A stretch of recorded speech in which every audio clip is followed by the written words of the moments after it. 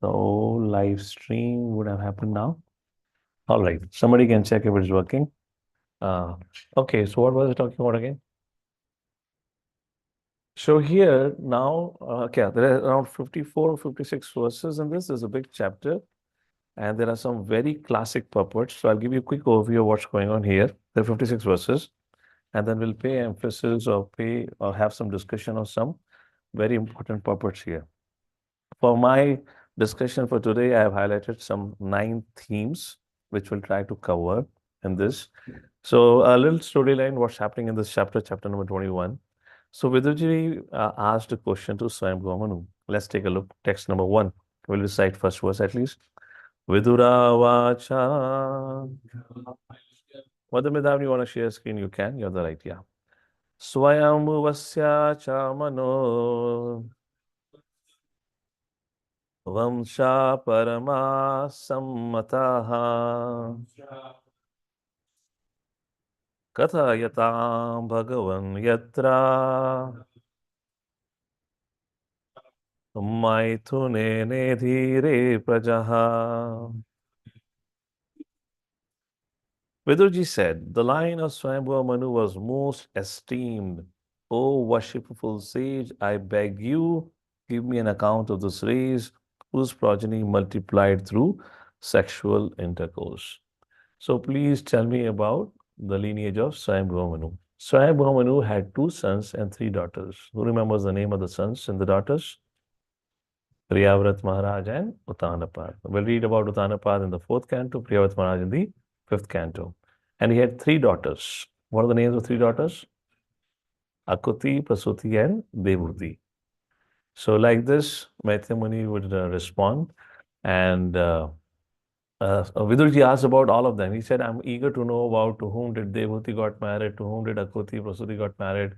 I heard that they got married to Ruchi, sage Ruchi, and Daksha, the Daksha who was born of Brahma, like that was described. And please let me know about their lineage also. That discussion will come later on nonetheless. However, here, क्या चल रहा है तुम लोग का? तुम अच्छा नहीं उसको रहने दो, वहीं पे करो अभी, यहाँ डिस्टर्ब होगा. तुम लोग ऐसे ऐसे कर रहे हो, सामने बैठ के मैं डिस्टर्ब हो रहा हूँ. सामने देखो, आंखें आंखें हिला रहे हो तुम लोग, आंखों ही आंखों में इशारा चल रहा है तुम्हारा.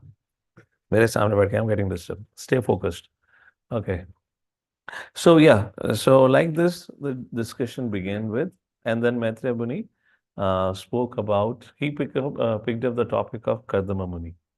Now he wanted, he could have spoken about Uttanapat, Priyavrat, or he could have spoken about Akuti, Prasuti, but he chose Devhuti. Why did he choose to speak about Devhuti?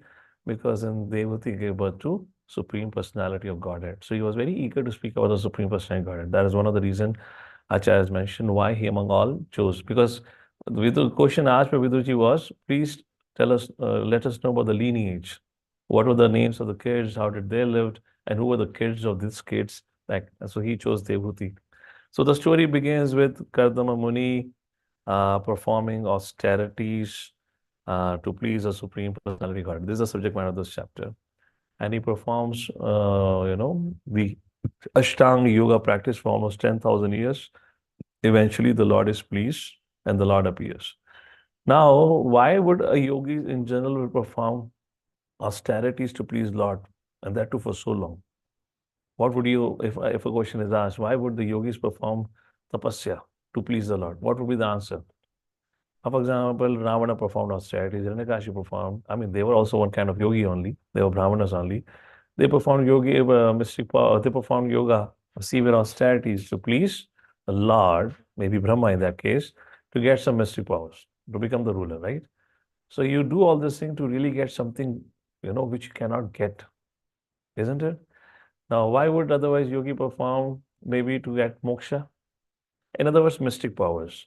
But Kadamani didn't ask for moksha. Kadamani didn't ask for mystic powers. Kadamani didn't want to become the ruler of this world or the creation. What he asked for? Can you please arrange a marriage for me? And I was just wondering, I said, no wonder marriage had been the most difficult subject matter. Our boys and girls are struggling so much to get married even today. 10,000 years he performed tapasya. And after that, he asked the Lord, can you please arrange marriage for me? Anyways, jokes apart. Question is raised here Why would Kardama Muni, such a great personality, who has in fact pleased Lord Vishnu, otherwise Lord will not appear, why would he ask for such a mundane desire, such a materialistic desire? Is marriage after all so bad? And even if it is not so bad, it's for sure not the best of the thing to ask from the Lord. You ask the Lord, please, can you get me married? What? So we'll discuss that. That will be one of the themes over here. And like this, Kadamuni, then Kadamuni begins to offer prayers when the Lord appeared. And that prayer section comes, and after that, Lord responded. So here, when this discussion comes of the how Lord appeared, so Prabhupada makes a point, beautiful purport about that how Lord, he has a form and he has a real form. And I was just meditating on the concept, on the subject matter of just recently we had Ram Lalla Pran Pratishtha. There's a particular form. You just can't have Ram look like or Krishna look like anything that you want. The Prabhupada said, you know, the goal of yoga is to actually attain the perfection of seeing the Supreme Personality Godhead. And Kadam Muni was able to attain that. And the form of the Lord is real.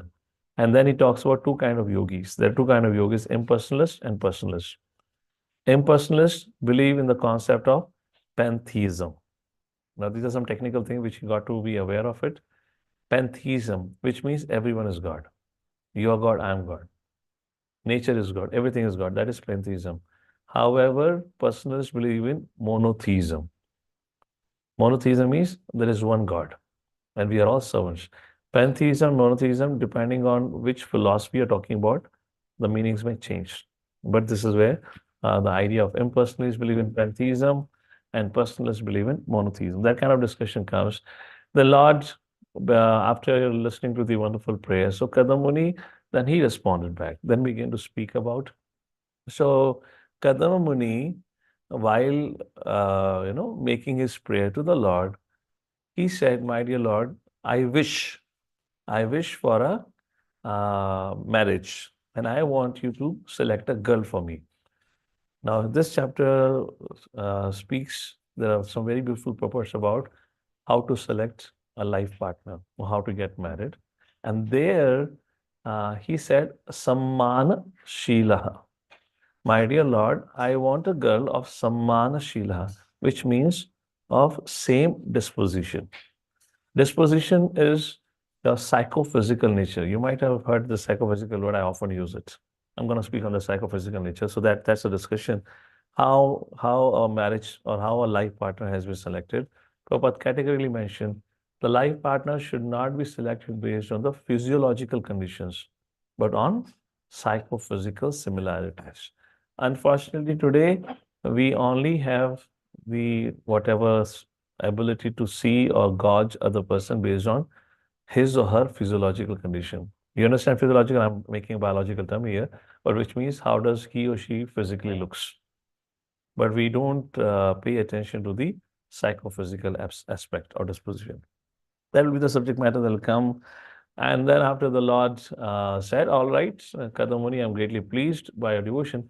I mean, it's a very interesting thing. Bindu Sarovar, we go to, kya naam hai apna, Bhubaneswar, right next to Lingaraj temple, there is a Bindu Sarovar. Remember? Yes. We recently went to Jagannath Puri. What is Bindu Sarovar? Sarovar is Sarovar, a lake. Bindu refers to the tears. Whose tears? Tears of the Lord. So it is mentioned when Lord came to meet Kardama Muni, Lord cried. This is one of the unique pastime where none of the pastimes, at least we have come across a reference where Lord would have cried. Lord cried out of joy, out of compassion, seeing Kardama Muni's severe austerities. And I was wondering, La, इतना austerity करा कि भगवान को भी रुला दिया, मांगा क्या? शादी करा दो. I'm just joking. I'm just joking. Don't take my word seriously. Right?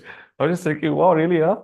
Or maybe Lord was crying, thinking what he's going to ask when he opens his eyes. Again, I'm joking. This is not mentioned here.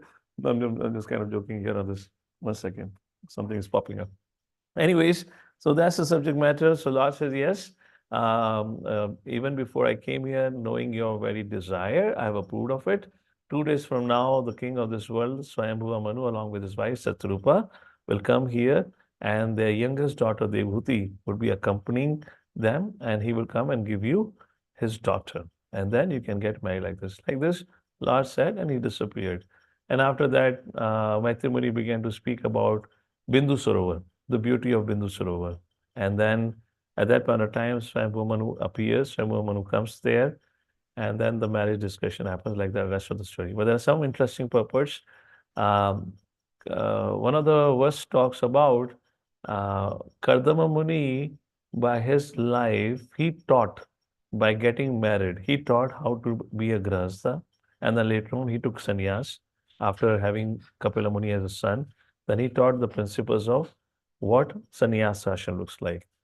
Not only taught about grahastha ashram and sannyas ashram, he also taught about brahmachari ashram, because when Swayambhuva Manu came to meet him, he was a brahmachari. And then Prabhupada dedicates on Prabhupada about what should be the qualities of a brahmachari.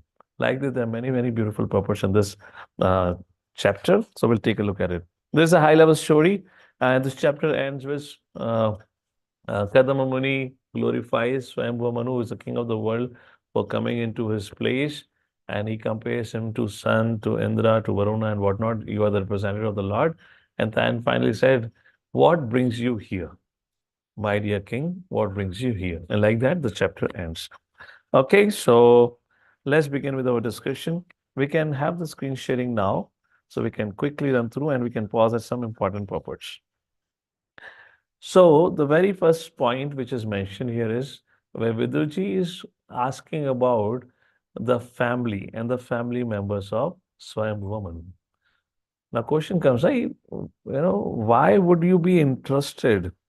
The last line of the first verse says, Maithuna Naidhiri Prajaha, which means through sexual intercourse. Maithuna means sexual activity, the progeny created through seminal discharge.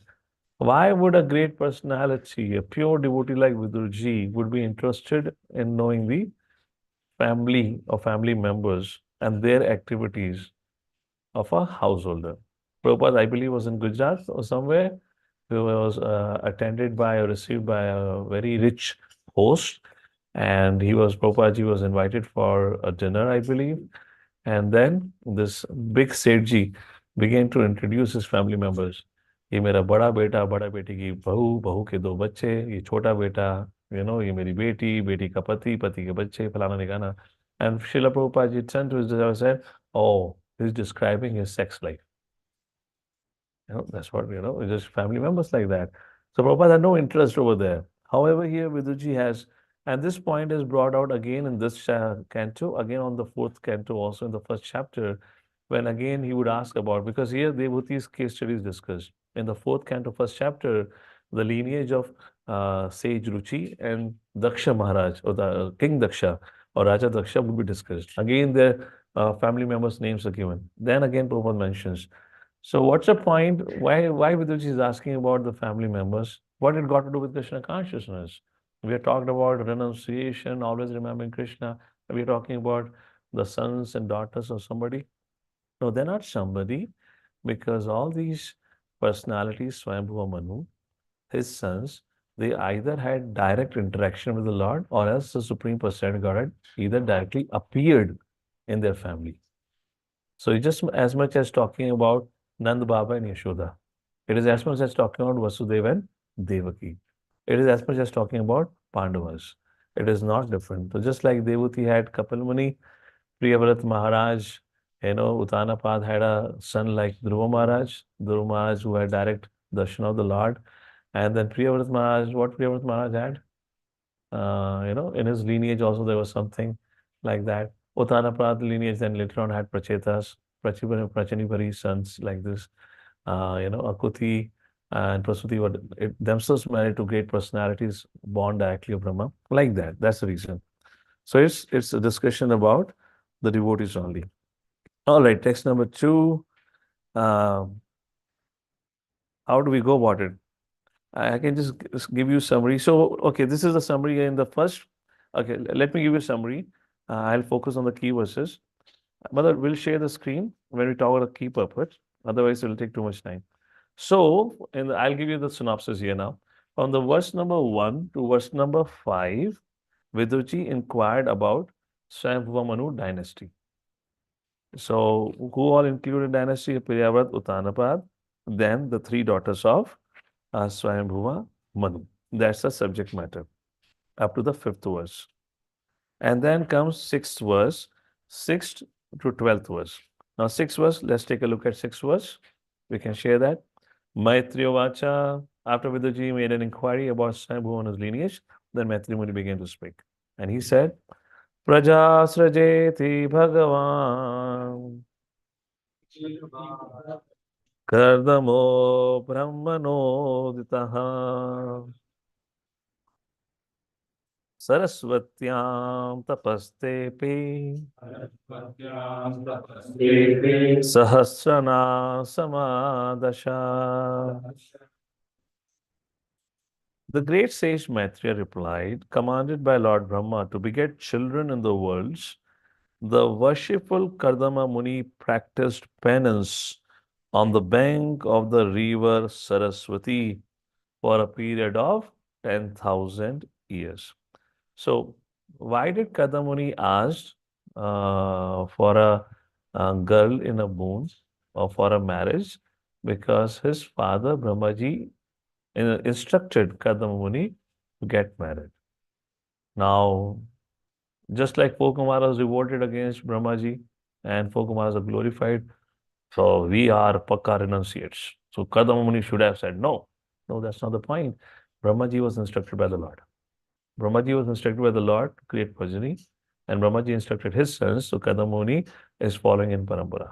And therefore, he performed tapasya. Now, the question comes, I'm taking this question before now, but let me address that because we're talking about it. Kadamuni performed austerities for so long to ask the Lord for a wife in marriage or for a girl in marriage. What does it indicate actually? Well, let me give it as a food for thought. Keep thinking. I mean, Brahmaji asked, go get married. Get married. Not 5 years, 10 years, 10,000 years you wait. You didn't wait it. You perform tapasya to please the Lord to get married. What does it mean? It signifies something very important. Maybe let me will do here. Marriage life can only become successful if your life partner is a partner. Is a partner. You know, your second half is in partnership with you to support you for your spiritual efforts and overall thing what you intend to do.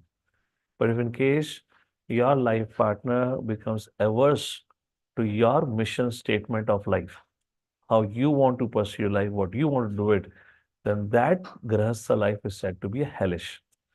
Chanakya Pandit says, in such condition, you should quit. Prabhupada quotes Chanakya Pandit in the first chapter of Bhagavad Gita. In what condition? If a man is not respected at home, he should leave house immediately. If you have lost all your wealth, quit. If your sons have become disobedient, quit. Right? If you're not respected by a wife, quit. Like this. So a married life becomes a hellish life. Kardama Muni, just like Arjuna, if you see in Bhagavad Gita, he was so keen of not, ensuring that the goal of his life. That's why he's saying, let me quit, let me quit. Because the goal of the life is to remember you, go back home, back to God, and why should I waste my time? Similarly, Kardama Muni's priority was not to enjoy a married life. His priority was to go back home, back to Godhead. His priority was yoga. Because he has been instructed, let me get married. So he was not super enthusiastic, okay, let me get married within a week time. He said, no, I will only get married with a lady which has been selected by the Lord. Two things here about marriage institution. Again, I'm speaking before ahead of time, before those verses comes. How the marriage would happen earlier, the marriage institution was defined such a way the parents would select a life partner. Why would parents select a life partner? Any thoughts? Okay, I was thinking of having a discussion, but let me ask you all. In today's generation, the boys and girls meet and they select for themselves. In previous generation, the girls or the husband or the boy was selected by the parents. But today, the youth think they are smart enough to select. Why? Is it means that the previous generation of marriageable age was foolish enough, they didn't have the intelligence, and you are smart enough today, or the parents today are duffer than previous generation, they don't know. So idea is, as Mother Roshni mentioned on a chat, by experience. But what experience? What experience? Of course, there is a worldly experience, but most importantly, okay, let me ask this question. I want to make it open question. I want to answer this. What experience? Mother Roshni, you said experience. What experience? Spiritual? No. It's not that everyone was getting married just because they wanted to live a God conscious life. What experience? Anshul Prabhu experienced hand is up. So we'll hear from Anshul Prabhu. Hare Yes, Krishna, Anshul Prabhu. Prabhu. What's your Maybe it experience? is possible that they think about their family members as well, because it is not about marriage, is only not about only one person. They should think about other family members also. So they see all the family members and all the things, and then only decide it is good or not.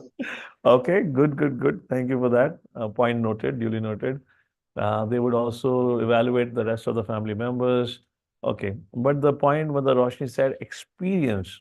And yes, experience. The parents were more experienced. Experience about what? Mother Prachi, go ahead. Hare Krishna, Prabhuji, Dandavat Pranam. So my understanding is that experience of married life. So they, because they themselves are married for so many years, they understand what coordination is required between husband and wife. And another thing, they have experience of their own son or daughter also. So they understand his or her psychophysical nature better, and so they can choose girl of like disposition. Maybe. Okay, okay. Okay, you're coming close to my answer. What experience? The experience of understanding people of different personalities. Okay, let me give you a simple example. Now, would you agree when we were young, we could be easily cheated by others, but our parents could not be easily cheated by the same individual because they have got a worldly experience. They know just looking at the face and the way he or she will talk, they will understand he or she is lying because they have gone through the whole thing. Similarly, what happens during the marriage time? Everyone gives their best performance. The most, you will have the perfect attire, perfect makeup. हो सकता है हल्दीराम का समोसा आया हो, पर tag लगा होगा माता जी ने बनाया है. Everything comes perfect, isn't it? This is how it's presented. But parents having that, or seniors in the family, and the decision was not because I saw in my sister's marriage, the decision was not only made by my parents, my grandparents were also involved. It's not my only parents met, my even grandparents met. Even they were consulted for that. Why? It's not only that they knew how the things function, but they could also, while looking at the person, understand just by his or her talking, way of his actions, moving his body and speaking and all that, they had the ability to understand the psychophysical nature. Now, today, if you look at how marriage institutions have changed, earlier, as I remember in case of my elder sister, the conversation was largely between the parents. And if they were meeting between the parents and the boy and the girl. The boy and girl would not meet. And today, and all of that marriages lasted forever. Today, boy and girl, they keep on talking day after day, week after week, month after month. And they talk so much, so much, so much. After 6 months, they say, before getting married only, let's divorce. How many of you have come across cases that even after what they call sagai, sagai कहते हैं ना उसको, engagement, even after engagement, they don't last up to marriage. How many of you have known cases like this? So it just doesn't work like this. So that's the idea. Lack of experience is what.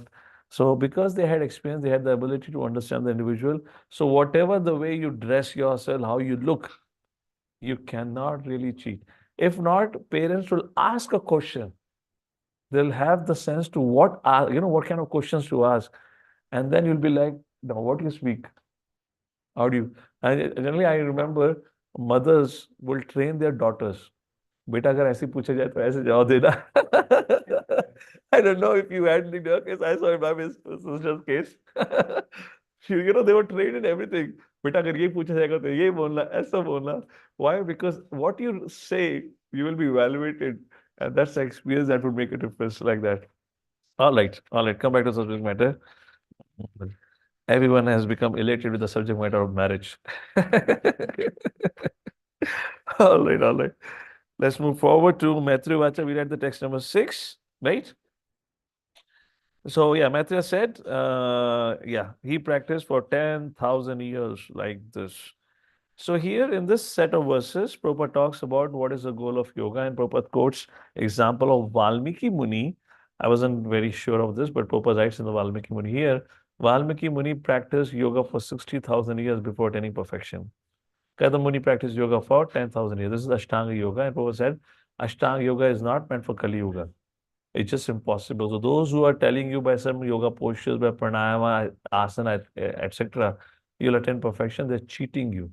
Because for that, you need a long, long life. So this is the subject matter and this following set of verses from 6 to, uh, yeah, 6 to almost 8, 9 verses. Then in the 10th verse, actually the 9th verse, being pleased by Kadamuni's tapasya, Lord appears. Text 9 says, Satam virajam arkabham Sita padmotpalasrajam Snigdha nilalak vrata Vaktrabjam virajombaram. Kadamani saw the Supreme Personality Godhead, who is free from material contamination in his eternal form, effulgent like the sun, wearing a garland of white lotuses and water lilies. The Lord was clad in spotless yellow silk. His lotus face was fringed with the sliced dark locks of curly hair. You'll see the similar description everywhere of the Lord. Text number 10 about the beauty of the Lord. Kirtinam kundalinam Shankachakra श्वेतोत्पला क्रीडानकम् Manhaspashasmitekshanam. The Lord was adorned with crown, earrings. He held his characteristic conch, disc, mace in 3 of his hands, and a white lily in the 4th. He was looking at Kardama Muni with a smile on his face. And it was such a beautiful smile that captivated the heart of all devotees. Text number 11, again about the form of the Lord. A golden stick on his chest, a famous Kaustuva gem suspended from his neck. He stood in the air with his lotus feet placed on the shoulders of Garuda. Purpose, and the puppet says in the verses 9 to 11, what we find is a authoritative description of the Supreme Personality of Godhead, like this.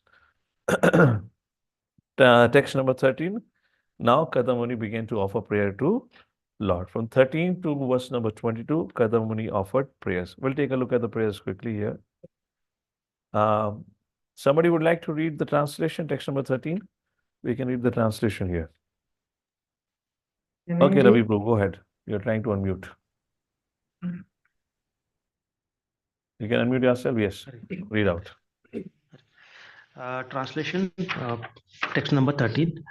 The great sage Kardam said, O Supreme Worshipful Lord, my power of sight is now fulfilled, having attained the greatest perfection of the sight of you, who are the reservoir of all existences. Through many successive births of deep meditation, advanced yogis aspire to see your transcendental form. Yes, like this. Text number 14. Your lotus feet are the true vessel to take one across the ocean of mundane nuisance. Only persons deprived of their intelligence by the spell of the deluding energy will worship those feet with a view to attain the trivial and momentary pleasures of the senses, which even persons rotting in hell can attain. However, O my Lord, you are so kind that you bestow mercy even upon them. So it's very interesting. If you see here, Kardama Muni is criticizing all those who approach Lord for sensory pleasure, or sensual pleasures. But in text number 15, he says, please read text number 15. Therefore, desiring to marry a girl of like disposition who may prove to be a veritable cow of plenty in my married life, to satisfy my lustful desire, I too have sought the shelter of your lotus feet, you which are the source of everything, for you are like a desired tree. So here in the verse, if you say, it says, Tatha sachaham pravivodu kamaha sammanashilam grahmeda dhenum. Sammanashilam. So Prabhupada dedicates a purport here about how do you select a life partner. And Prabhupada says, Sammanashilam, like disposition. And what disposition means? Psychophysical nature. Prabhupada makes a point. The phrase like disposition, first paragraph, fifth line, is very significant. Formerly, boys and girls of similar dispositions were married. The similar nature of the boy and girl were united in order to make them happy. Now, question comes, okay, come out of the purport. How do you find psychophysical nature? Can you just depend on someone's analysis of your psychophysical nature? So if you go back again, if I go back into my own family marriages that I've seen, generally marriages were happened amongst the known people. You know, let's say from another village, you know that family and you've seen the child from childhood and also the family members. So you have an understanding. The couple of things about marriage, because we're talking, just one or two additional point here. The marriages were earlier when happened, it was not only about the child with whom or the person whom you're getting married. You will evaluate the person also by studying the rest of the family members. How is the family members? Therefore, if in case in your family there is a sister or daughter has to be married, and if in case the boy has become a renunciate, even today, many family members will be frightened to get their son married to this family. Why? They'll think, अरे लड़का ने ब्रह्मचार्य जीवन ले लिया है, which means in this family lineage there is a little renunciation. And we take their daughter to get married to our son. Who knows if she take to the path of renunciation? You understand that? So I'm just saying, although we may or may not be very much aware of it, but this is the culture. So we will not only just look at the person to whom marriage has to happen, but also the family members. First thing that has to be studied. Psychophysical nature of the girl has to, or boy has to be gauged. Now, how do you gauge the psychophysical nature? Our Sanskriti, our Vedic culture means science. Science means there has to be a system. I've spoken about systems before. Why everything requires a system. So one system is you study the family members. Now, how do you gauge the psychophysical nature of a woman or a man? And for that, you will refer astrological chart. By looking at the gunas, how many gunas will match? You understanding it? And through that, you understand the psychophysical nature. And by acquaintance, you acquire the knowledge about the family members, what each and every one do. They will not only ask in earlier times when marriage, they'll not only ask what their immediate or real siblings will do. They'll also ask what does the chacha, tau family members do? Because it will matter in a bloodline. And like that, things will decide. So two things, studying the family members, and second is astrological chart is a must for a stable marriage. So that's the point being highlighted here. Not more than 25 years ago, perhaps it is still current, parents in India used to consult the horoscope of the boy and girl. So once we were having a discussion about the subject matter of horoscope, I wasn't aware of it, but then I was told by other brahmacharis, these days even horoscope cannot be trusted. I said, what? Why do you mean horoscope cannot be trusted? I thought they're saying because the astrologer is not good. I said, don't worry, I have good astrologers. I have trustworthy astrologer. I can get you the one. He said, even you have the best of the astrologer, still it cannot solve the problem. I said, why? Why? Because there is a problem in the horoscope. I said, what do you mean by horoscope? He said, the problem with the horoscope is defined based on the time of your birth. Now, the time of the birth is not natural for many. What parents are doing, they select a muhurta and they have a premature child. Oh, Janmashtami, I want my child to be born on Janmashtami because Janmashtami is an auspicious day. So let there be delivery. What they call cesarean birth, they're having like this. मैंने कहा भाई तो अब तो कलयुग में स्पष्ट हो गया है केवल एक ही आश्रम है जो सफल रह सकता है ब्रह्मचारी आश्रम I mean, you can't even get astrological chart. You can't figure out a horoscope. With whom would you get married now? And most of the gentry today, the audience today, they don't even have the sense. They don't even believe in horoscope and whatnot. Okay. All right, that was a joke. Let's move forward. Text number 16, translation. We're just reading the little bit of क्या कहते हैं, these translations here.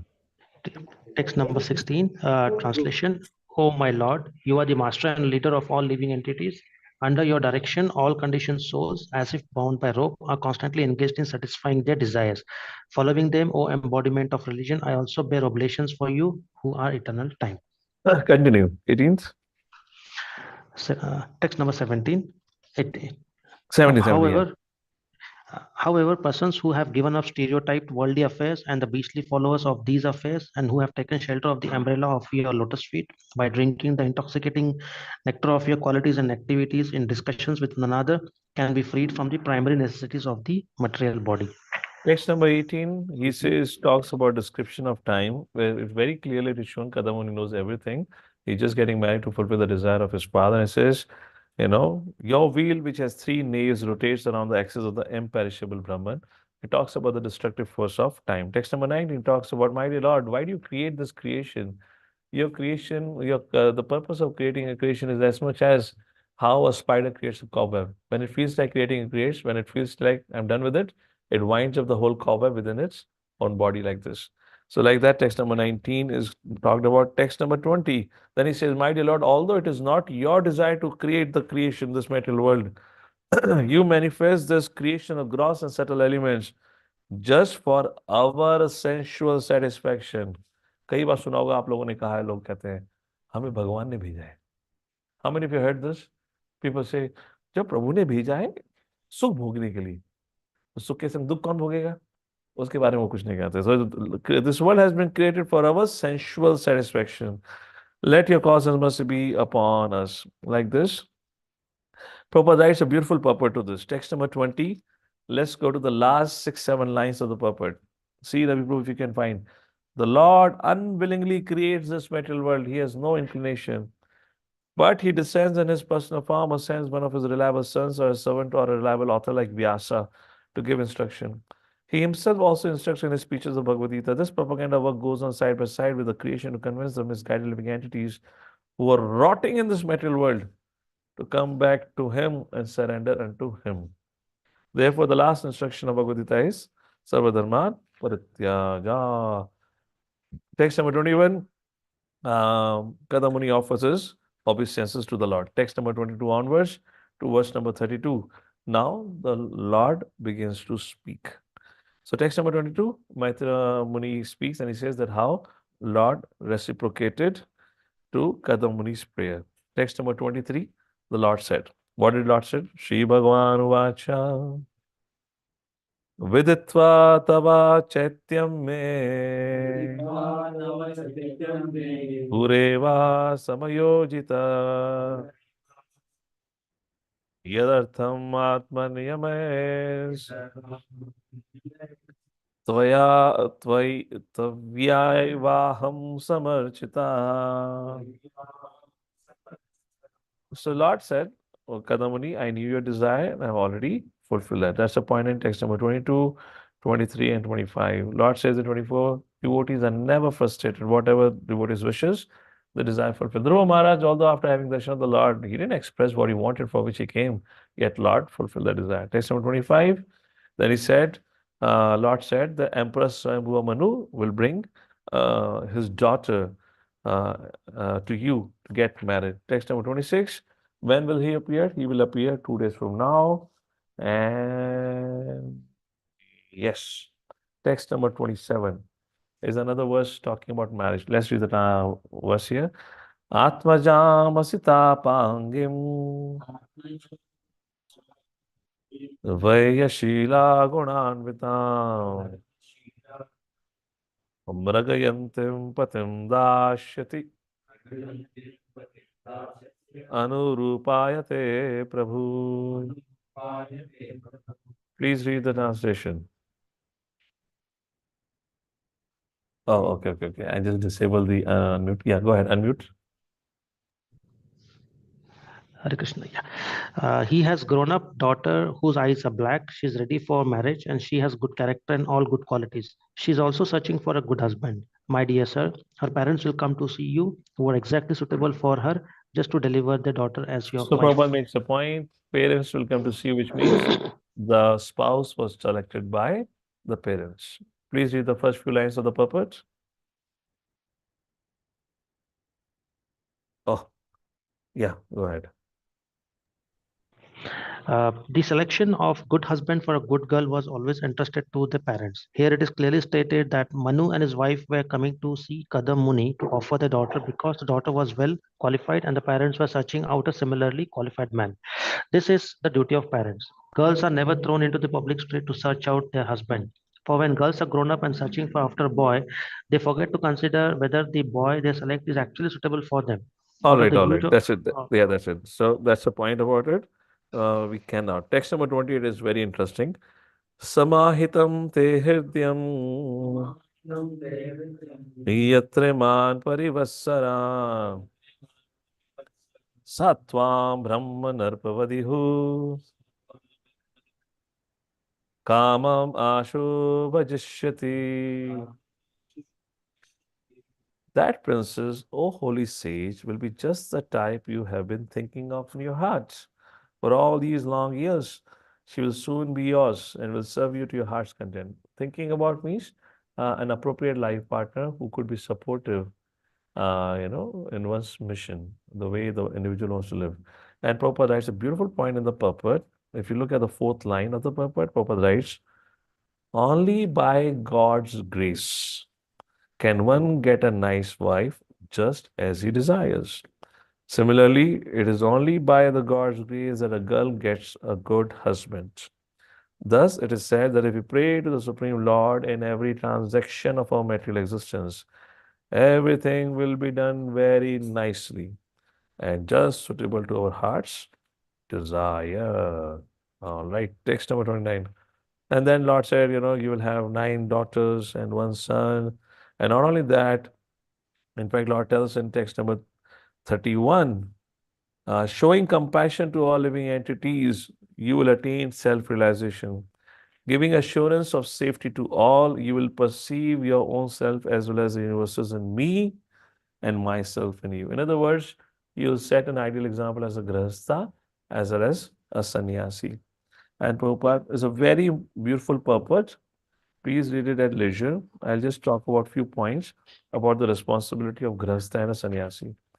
If we go to the 1, 2, 3, fourth paragraph of the purport, it is mentioned, it is indicated, we are reading from the purport, that Kardama was directed by the Lord to be very compassionate and liberal in his household life and to give assurance to the people in renounced life. A sannyasi, a one in the renounced life, is meant to give enlightenment to the people. He should travel going from home to home. The householder, by the spell of Maya, become absorbed in family affairs and forgets his relationship with Krishna. And if he dies in forgetfulness like the cats and dogs, then his life is spoiled. Therefore, it is a duty of a sannyasi to go and awaken the forgetful souls with enlightenment of their eternal relationship with the Lord and to engage them in devotional service.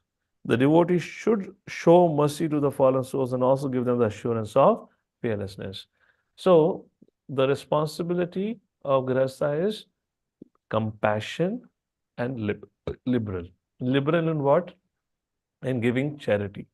Compassionate, again, is about serving others, being kind to others. The Grihastha ashram in general, it's nothing about any ashram, it's not about individuals, but you have to see how systems have been defined. Grihastha ashram, the way it has been designed, you cannot help yourself from developing ahamamiti because it is designed for that. I and mine. You eventually get caught up into that. And don't feel, oh, I am a bhakta, nothing will happen to me. Priya Bharat Maharaj got caught up. The one who was blessed, who took a blessing, and who took a guarantee that I will not forget Lord. Even Priya Bharat Maharaj, when you read the fifth canto, first chapter and second chapter, first chapter particularly, even although he was doing his spiritual activities on a regular basis, everyday basis, yet for a long, long time he got so caught up with his family affairs and the royal duties, he forgot about it. And then later on he realized and then he renounced. And that's the time he went, he left and those discussion comes about his lineage, the Rishabh Dev, etc., like that. Maharaj comes into the lineage. So that's the point here. So household life is such unless we keep a regular touch with the renounced order, it is difficult to not get caught up or trapped by it. That's the point I mentioned. And what is the renounced order responsibility? Their responsibility is to instill fearlessness. First of all, they should live on the platform of fearlessness and instill fearlessness to whom? To Grastas. Why do they need fearlessness? Because their life is a lot covered by fear. Financial security, physical security or health security, food security, because they have to maintain family, they have to maintain wife, they have to maintain family members like kids. So security becomes a major concern. For renounced order, nothing. So what is the duty mentioned for renounced order? To award fearlessness to the commoner, next paragraph, is the greatest act of charity. A sannyasi who is in the renounced order life should wander from door to door all over the world as far as he is able to travel and enlighten the householders about Krishna consciousness. So what is fearlessness? Neha vikarmo nashosti pratyavaya vidyate swa alpamasya dharmasya trayate mahato bhayat. To help people become Krishna conscious, the more Krishna conscious you are, to that degree you become fearless. So the renounced order should teach and preach about the God consciousness. That's the subject matter. All right. Text number 32. O great sage, I shall manifest. The Lord says, I will appear, as your son and will establish Sankhya philosophy. So these were the words spoken by the Lord. And then text number 33, Maitreya began to speak. What did Maitreya said? Evam tam anubhasyata Bhagavan pratyaksajaha Jagam bindu sarasaha Sarasvatya parishirashita. Thus, having spoken to Kardama Muni, the Lord who reveals himself only when the senses are in Krishna consciousness departed from the lake called Bindu Sarovar, which was encircled by the river Saraswati. So 33 to 37, Lord left and Manu arrived with Devahuti. Like this. So 33 to these verses talk about how this Bindu Sarovar land looked like. Text number 36. Swayambhuva Manu with his wife mounted on the chariot came to Bindu Sarovar. Text number 38 and 39. The holy lake Bindu Sarovar, flooded by the waters of river Saraswati, was resorted to by hosts of eminent sages. Its holy water was not only auspicious but sweet as nectar. So what is Bindu Sarovar? Drops of tear had fallen there from the eyes of the Lord. What is Ganga? The perspiration from the feet of the Lord. That is Ganga. Prabhupada writes, teardrop from the transcendental eyes formed Bindu Sarovar, and perspiration which fell from the toe of the Lord formed sacred Ganges. Text number 40 and 44 talks about the beauty of Bindu Sarovar. Ravi Prabhu, just read the translations quickly. Text number 40 to 44.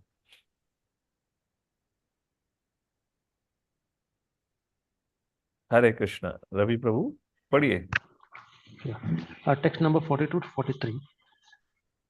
Translation: Lake Bindu Sarovar was adorned by flowering trees such as Kadamba, Champak, No. You Ashok, missed Karan. 40 and 41. Text 40, number 40 sorry. to 43. Translation. 40 to okay. Text number 40, translation. The shore of the lake was surrounded by clusters of pious trees and creepers, rich in fruits and flowers of all seasons that afforded shelter to pious animals and birds, which uttered various cries. It was adorned by the beauty of groves of forest trees. Text number 41, translation. The area resounded with the notes of overjoyed birds. Intoxicated bees wandered there. Intoxicated peacocks proudly danced, and merry cuckoos called one another. Text number 42, 43. Lake Bindu Sarovar was adorned by flowering trees such as Kadamba, Champak, Ashok, Karanj, Bakul, Asan, Kunda, Mandar, Kuttaj, and young mango trees. The air was filled with the pleasing notes of Karandav, ducks, plovers, swans, ospreys, waterfowl, cranes, chakravakas, and chakoras. 44, text number, translation. Its shores abounded with deers, boars, porcupines, gavayas, elephants, baboons, lions, monkeys, mongooses, and musk deer. Hare Krishna. Hare So Krishna. anyone has any experience of any similar place like this? So when I was reading, the thing that came to my mind was Gangotri. I remember that ashram where, anyways, imagine what a beautiful place. Text number 45 to 47. Swayambhu Manu comes and meets Kardama Muni, and he looks at Kardama Muni, an effulgent brahmachari. Kaushalpu, you raised your hand. Please read the translation from 45th to 47th verse. We'll spend few minutes on this verse about brahmachari life. Can you unmute yourself? Yes, Prabhuji. 40, Yeah. 47, right? Yeah, 45 to 47 is together. Yes. Entering that most sacred spot with his daughter and going near the sage, the first monarch, Swambhuva Manu, saw the sage sitting in his hermitage, having just propitiated the sacred fire by pouring oblations into it. His body shone most brilliantly. Though he had engaged in austere penance for a long time, he was not emaciated, for the Lord had cast his affectionate sidelong glance upon him, and he had also heard the nectar flowing from the moon-like words of the Lord.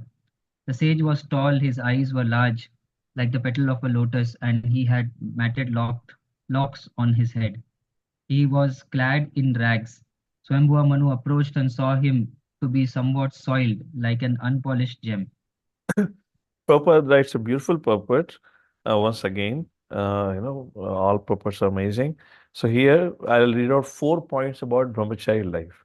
In the middle of the purport, Prabhupada writes, the brahmachari must rise early in the morning, and after placing himself means preparing himself, should chant the holy name of the Lord. Second, from the very features of the sage, it appeared that he had undergone great austerities. That is a sign of one observing brahmacharya, the vow of celibacy. If one lives otherwise, it will be manifest in the lust visible in his face and body. The word Vidyotmanam indicates that the brahmachari feature showed in his body. That is a certificate that one has undergone great austerity in yoga, which means freedom from lust, the kind of experience was not there. Yogis, third, yogis look very skinny because of their not being comfortably situated. But Kardama Muni was not emaciated. For he had seen the Supreme Personality Godhead face to face. Then, fifth point Prabhupada mentions below. Similarly, one who hears the transcendental sound vibration of the holy name of the Lord, Hare Krishna, also improves in health. So now you know why Hare Krishna brahmacharis are hale and healthy. Okay? So don't look at the ISKCON brahmachari. Are इसका पतले वतले नहीं है क्या ये खाते पीते brahmachari? Prabhupada writes here, because they chant Hare Krishna, they hear Hare Krishna, so they have good health. Okay. We have actually seen that many brahmacharis and girls are connected with the international society, ISKCON, have improved in health, and luster has come to their faces. And I've seen this not only about, don't forget about brahmacharis and grastas, particularly have the photos of, our center devotees. We take our photos of devotees at different times. When I go back and look at photos of devotees, let's say 2 or 3 years ago, each one of you, if you look at your photos, you all came skinny. प्रसाद खा खा के सब हट्टे कट्टे मुस्कुराता हुआ चेहरा हो जाता है सबका. Yes or no? If you see that, it is essential that a brahmachari engaged in spiritual advancement look very healthy and lustrous. The comparison of the sage to an unpolished gem is very appropriate. See, very healthy and lustrous doesn't mean you have to have a fair skin. It should not be that there's a shining effulgence. If there is an effulgence, only then you are a brahmachari. It doesn't mean like that. Let's say Vyasadeva. Now, Vyasadeva is Vyasadeva. But when Ambika and Balika saw, they were frightened. So was he lustrous brahmachari? He was a yogi. Was he lustrous? No. What it means, why? Because at least in the case of Kardama Muni also, because of performing severe austerities, their body were generally covered by dirt or dust. That's the reason they were often referred to as unpolished gem or hidden gem, like that. The comparison of sage to an unpolished gem is very appropriate. Even if a gem just taken from the mind looks unpolished, the luster of the gem cannot be stopped. Although Kardama was not properly dressed, and his body was not properly cleansed. His overall appearance was gem-like. And who could understand that? Who had the ability? When Sukdev Goswami was walking, the people on the street didn't understand who Sukdev Goswami was. But the same Sukdev Goswami, when he entered the assembly where Parishad Maharaj was sitting, everyone got up except for Vyasa and Narad Muni, because they were the fathers and Guru. Everyone got up. Those who were as senior elderly, like Angira Muni, they even got up. And when they got up, all the kids and the ladies who were running behind Sukdev Goswami thinking to be a madman, they stopped. So why I'm making this both the sides of equation. It is not that, with this versus now we begin to evaluate people who is who. We have to have the qualification. The sages had the qualification. Parishad had a qualification to see Sukdev Goswami and understand who was he. Anyways. All right, so Swayambhuva Manuka came there. That's what 48, 49 verses talk about. And text number 40, Kardama said, "The tool you have taken, O Lord, is surely intended to protect the virtues and kill the demons, since you embody the protecting energy of Sri Hari." That's what goes on. Kaushalpu, if you still can unmute yourself, or else Ravipu, please read text number 51. We're coming to conclusion now. Text number 51, translation.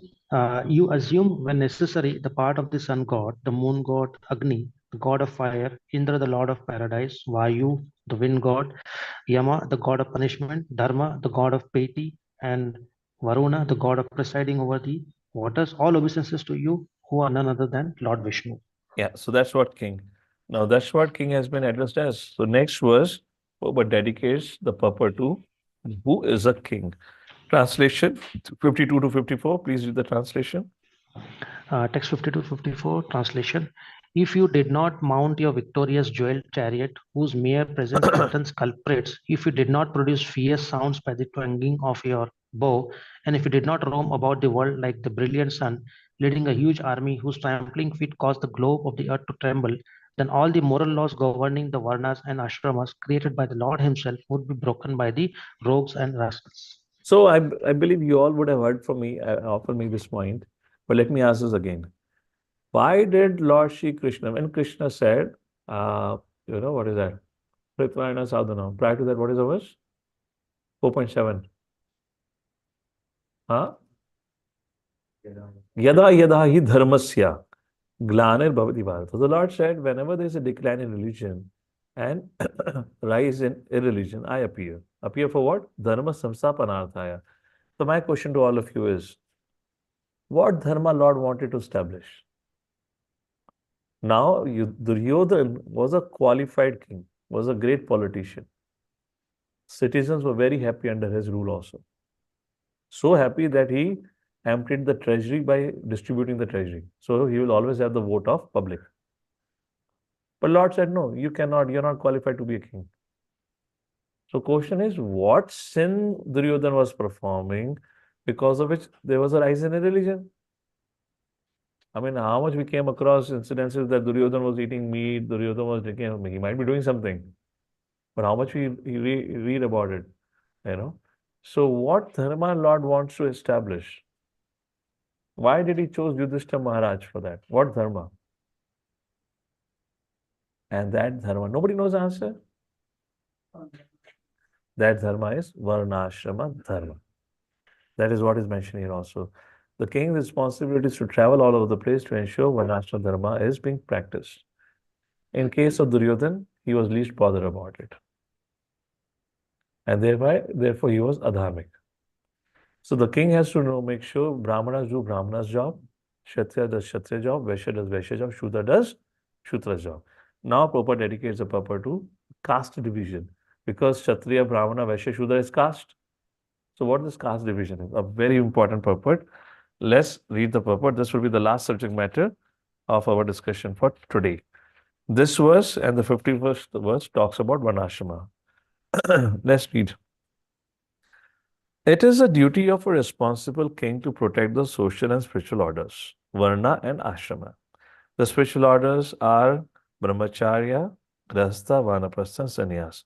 Social orders are according to Guna and Karma, Brahmanas, Kshatriya, Vaishya, and Shudras. These social orders, according to the different grades of work and qualification, are described in Bhagavad Gita. हरे कृष्णा, हम कहाँ पे हैं? I know here वो screen, online screen पे पता नहीं क्या चल रहा था. Unfortunately, for want of proper protection by responsible kings, the system of social and spiritual orders has now become a hereditary caste system. So, to ensure Varnashram is practiced was the topmost priority or the job profile of a king. And what you call as a dharmic king is one who would ensure it has been done. Has now become a hereditary caste system. What is hereditary? Hereditary means coming in lineage. Lineage what? Bloodline. I am born to a Brahman means I am a Brahman. I am born to Kshatriya means I am a Kshatriya. But this is not the actual system. Human society means a society which is making progress towards spiritual realization. The most advanced human society was known as Arya. And therefore, this tract of land was also called as Aryavrata. Arya means to those who advance. So the question is, which society is advancing? Advancement does not mean creating material necessities unnecessarily, thus wasting human form of energy in aggravation of so-called material comforts. Real advancement is advancement towards spiritual realization, and the community which acted towards this end was known as Aryan civilization. The intelligent men, the Brahmanas, are exemplified by Kardama Muni, were engaged in advancing the spiritual cause, and kings like or Kshatriyas like Swayambhuva used to rule the country and ensure that all facilities for spiritual realizations were nicely provided. It is a duty of the king to travel all over the country and see that everything is in order. Indian civilization, on the basis of the four Varna and Ashrama, deteriorated because of a dependency on foreigners or those who did not follow the civilization of Varna Ashrama. Thus, Varna Ashrama system has now been degraded to caste system. It is such a touchy subject. It's such a sensitive subject. People get angry at this when you talk about it, Varna or caste system. The institution of four Varnas and four Ashram is confirmed here in Bhagavad Gita also. Anything created by the Lord cannot be closed or covered. The divisions of Varna and Ashram will continue to exist either in the original or degraded form. But because they are created by the Lord, they cannot be extinguished. They're like the sun, a creation of God, and therefore will remain. Either covered by clouds or in a clear sky, the sun will continue to exist. What a beautiful point. Similarly, when the Varnashrama system becomes degraded, it appears as a hereditary caste system. But in every society, there's an intelligent class, martial class, mercantile class, and liberal class. When they are regulated for cooperation among communities according to the principle, then there is a peace and spiritual advancement. But when there is hatred, malpractice, and mutual mistrust, the whole system becomes degraded. What is communism? Communism is when Shudras took things in their hand. That is communism. Started from 1917 or 18, French, Stalin, Lenin, like that. That is called as communism. What is capitalism? When the Vaishyas take things in their power, when Vaishyas take the power, steal the power. From whom? They steal the power from Kshatriyas. That is called capitalism. And that started with French Revolution in the earlier 18th century. And before French Revolution, what was it? Then the rule was under the Kshatriya. That was called monarch or monarchy or monarchy. That's the reason in Europe you'll come across many kings. King Edward I, King Edward II, III, like that, and those things. Monarchy, where they just exploited everyone. And prior to that, up to 15th century or 16th century, everything was ruled and governed by the pastoral class in the Europe. This was the history there. And things began to collapse like that. When there is hatred and malpractice, mutual mistrust in the caste system, the whole system becomes degraded, and it creates a deplorable state. At the present moment, the entire world is in this deplorable condition because of giving rights to so many interests. This is due to the degradation of the four castes of Varnashram and Ashram. 55th, if you give up all thought of the world situation, unrighteousness would flourish. For man who hanker only after money would be unopposed. Such miscreants would attack and the world would perish. Prabhupada speaks more on the Varnashrama here, that you can read it out. How the society has come into chaos. Concluding text number 56. In spite of all this, I know you have come because this is your responsibility to ensure Varnashrama is practiced. Yet I ask you, O valiant king, the purpose for which you have come here. Whatever it may be, we shall carry it without reservation. Interesting hint Kadamuni is giving. Kadamuni already knows why Swayambhu Manu has come. He is bringing his daughter to get married to Kadamuni. Kadamuni is saying, please tell me what is the reason. And I assure you, whatever you say, your wish will be fulfilled. Anyways, if that was not the case, still Kadamuni would have said that because that was the culture back then. Okay, don't doubt the character of Kadamuni. And Prabhupada talks about the guest reception. When a guest comes to a friend's house, it is true that there is some special purpose like that. And then Prabhupada concludes with the need of cooperation between the Kshatriya class and the Brahmana class. Kshatriya protects Brahmanas and Brahmanas protect Kshatriya by giving them spiritual instruction. To conclude, we talked about some of the things that uh, why did an advanced yogi like Kardama Muni could ask for marriage after performing austerity for 10,000 years? Because that was the will of the Lord itself. The Lord instructed Brahma and Brahma instructed Kadamuni, his son, like that. Therefore, Kadamuni was just trying to become Nimitta Matam Bhavasvasaji. And see, Brahmaji told him to get married. So he was not, if he was so eager to get married, he would have got married. Why would he perform celibacy for 10,000 years? But he wanted to get married to the right person. And therefore, he wanted Lord to choose so that his journey of self-realization is not obstructed. So how to choose a partner, how a life partner is selected, how marriage would happen, that has been described in this chapter. With a consultation of family and understanding the psychophysical nature through astrological chart, like that, marriage institution would flourish. Then practical yoga. What is practical yoga? 10,000 years of Ashtanga yoga practice. Who has lifespan? So chanting and hearing is the practical yoga, like this. What is the duty of a grahastha? He should be compassionate and he should be liberal, which is generally refers to his act of charity, giving charity. What is the duty of a sannyasi? The greatest charity is said to be to bestow fearlessness. So we're making a point in grahastha ashram, whoever we are, we do get bound up with the concept of ahamamiti. And to rise above this mundaneness, it's very important for grahasthas or grahastha ashram to be in very close connect with renounced order, like this. And renounced order bestows fearlessness by helping them understand that how everything happens under the will of the Lord. Learn to become dependent on the Lord, become dependent on the Lord rather than being on your own strength. Then what was a brahmachari, life of a brahmachari? There were a few points were mentioned. He should rise up early in the morning. What else were mentioned about brahmachari? Form austerities, should be lustrous, etc., etc. That was renounced order. Okay. Sannyasi's job. And the duty of a king were discussed like that. The duty of a king is to establish and ensure Varnashrama Dharma functions without obstruction. With this, we come to the conclusion. I guess one of the key subject matter was about married life here. How to select a life partner. All right, the next chapter, the marriage would happen between Kardama and Devhuti. We'll read that next time, chapter number 22. We conclude here for today. Thank you all for your kind attention. Sorry for going over time, as I wanted to cover this chapter today. Jagadru Srila Prabhupada ki, Srimad Bhagavatam ki. Anyone has any comment or quick question? We can take one or two questions. Anything from this forum? All right. Anything from Megapolis Center? Okay, Mother Prachi has a question. All right. Yes, Mother, go ahead. The boys at the center, we can just pause for a few minutes, huh? Just have a quick one conversation. Yes, Mother Prachi, go ahead.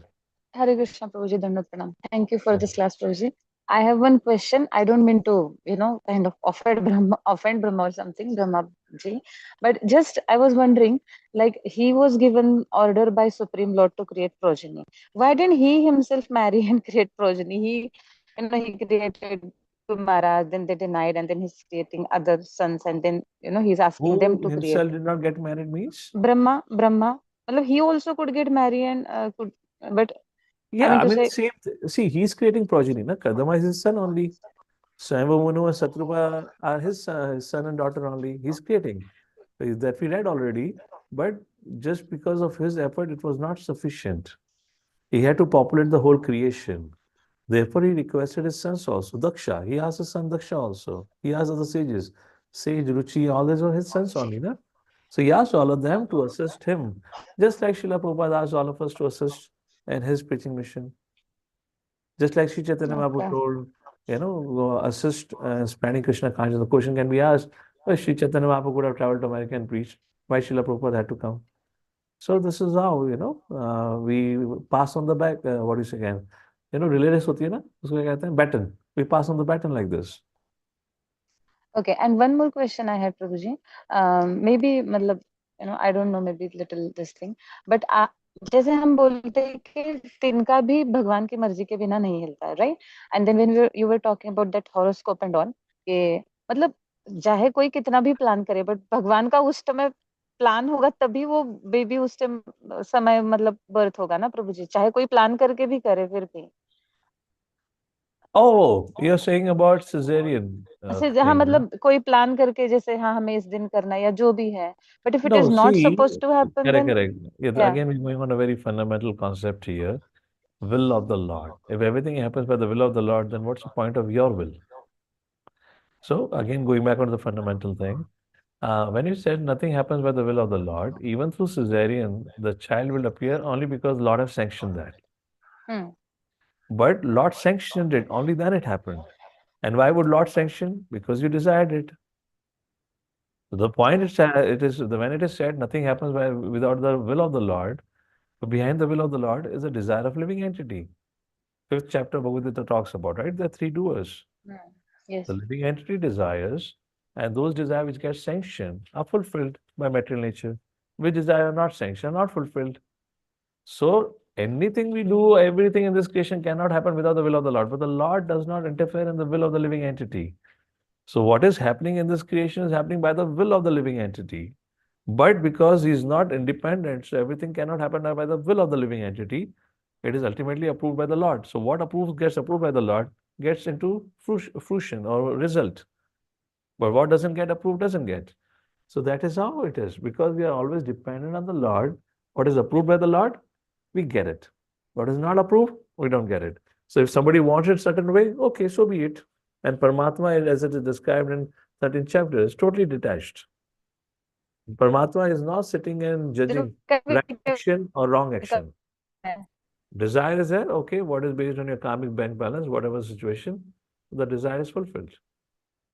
Okay?